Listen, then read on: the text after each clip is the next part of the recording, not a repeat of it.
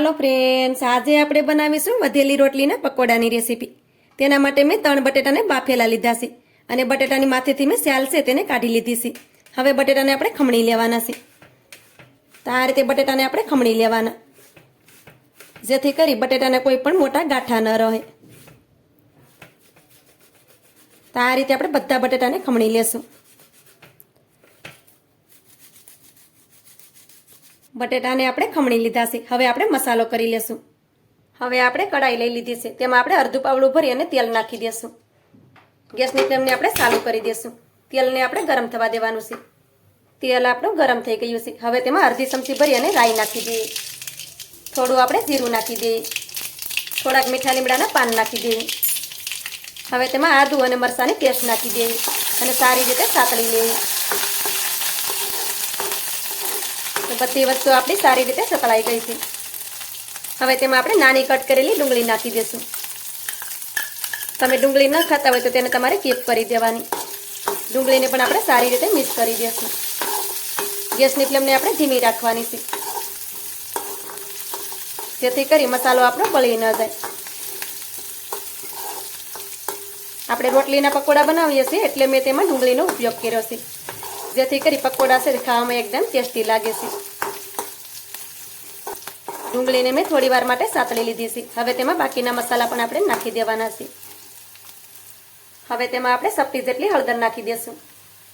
થોડોક આપણે ગરમ મસાલો પાવડર નાખી દઈશું. અડધી ચમચી ભરી આપણે ધાણા જીરું પાવડર નાખી દઈએ. થોડુંક તેમાં આપણે લાલ મરચું પાવડર નાખી દઈએ. સ્વાદ પ્રમાણે આપણે મીઠું નાખી દઈશું.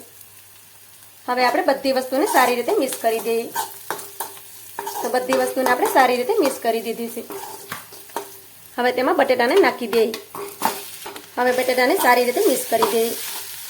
આ રીતે મસાલાની સાથે બટેટાને આપણે મિક્સ કરવાના છે. ગેસની ફ્લેમને ધીમી રાખવાની, જેથી કરી મસાલા આપણે બળી ન જાય. તો આ રીતે આપણે બટેટાને સરસ રીતે મસાલાની સાથે મિક્સ કરી દીધા છે. હવે આપણે ગેસની ફ્લેમને બંધ કરી દેવાની. ઉપરથી આપણે થોડાક લીલા ધાણા નાખી દઈશું. તેની સાથે આપણે 1 ચમચી જેટલો લીંબુનો રસ નાખી દઈશું. હવે તેને પણ આપણે સારી રીતે મિક્સ કરી દઈએ. ધાણાને આપણે બટેટાની સાથે સરસ રીતે મિક્સ કરી દેવાના.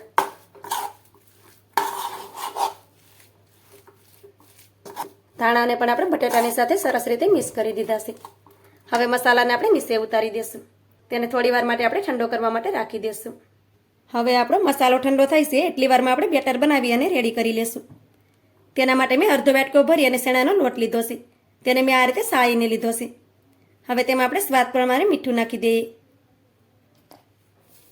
1 ચપટી જેટલો આપણે તેમાં ખાવાનો સોડા નાખી દઈએ. હવે તેમાં આપણે થોડું થોડું પાણી નાખતા જઈએ અને બધી વસ્તુને મિક્સ કરીએ. એક સાથે આપણે વધારે પાણી નહીં નાખવાનું, નકર બેટર છે તે વધારે પતલું થઈ જશે. પકોડાનું બેટર છે તેને આપણે મીડિયમ ઠીક રાખવાનું છે. તો આ રીતે થોડું થોડું પાણી નાખતું જવાનું અને બેટરને મિક્સ કરતા જઈએ.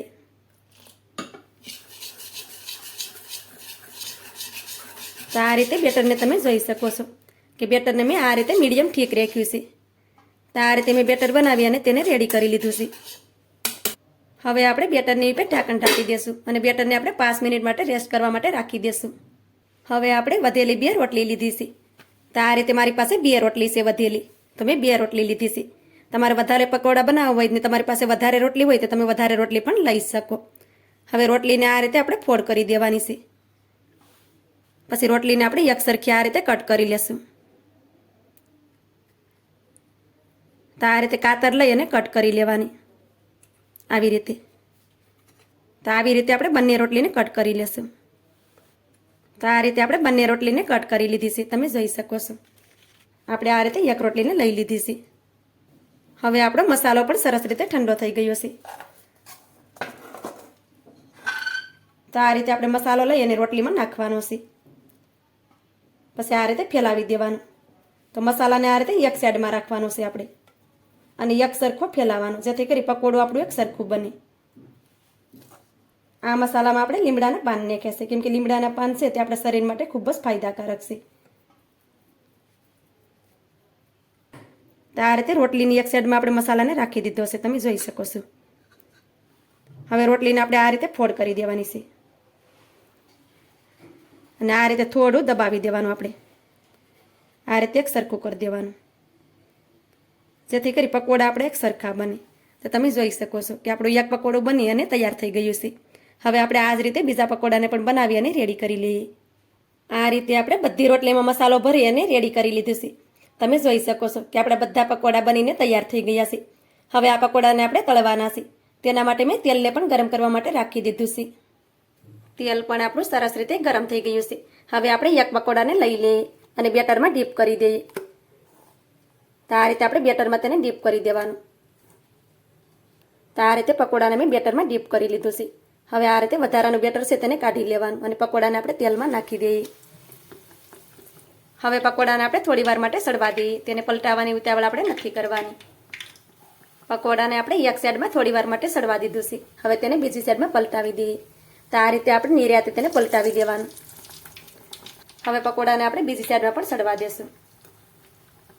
પકોડાને આપણે બંને સાઈડમાં ફેરવતા ગયા છે અને પકોડો આપણું ઉપરથી ક્રિસ્પી થયું ત્યાં સુધી આપણે તેને તળી લીધું છે. પકોડાને તમે જોઈ શકો છો કે તેનો કલર પણ ચેન્જ થઈ ગયો છે.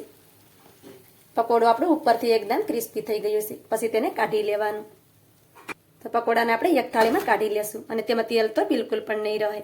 હવે આપણે આ જ રીતે બીજા પકોડા છે તેને પણ તળી અને રેડી કરી લેશું. આ રીતે આપણે બધા પકોડાને તળી અને રેડી કરી લીધા છે. પકોડાને તમે જોઈ શકો છો કે પકોડા આપણા એકદમ ક્રિસ્પી બન્યા છે અને તેમાં તેલ તો બિલકુલ પણ નથી રહેતું. આ રીતે પકોડા બનાવી તમે તેને ચટણી સાથે અથવા તો ટમેટાના સોસ સાથે પણ ખાઈ શકો છો. ખાવામાં તો ખૂબ જ ટેસ્ટી લાગે છે. તમારી આજની રેસીપી તમને સારી લાગી હોય તો લાઇક, શેર, સબસ્ક્રાઈબ કરવાનું ભૂલતા નહીં. તો મળીશું એક નવી જ રેસીપીની સાથે. ત્યાં સુધી બધાને જય માતાજી.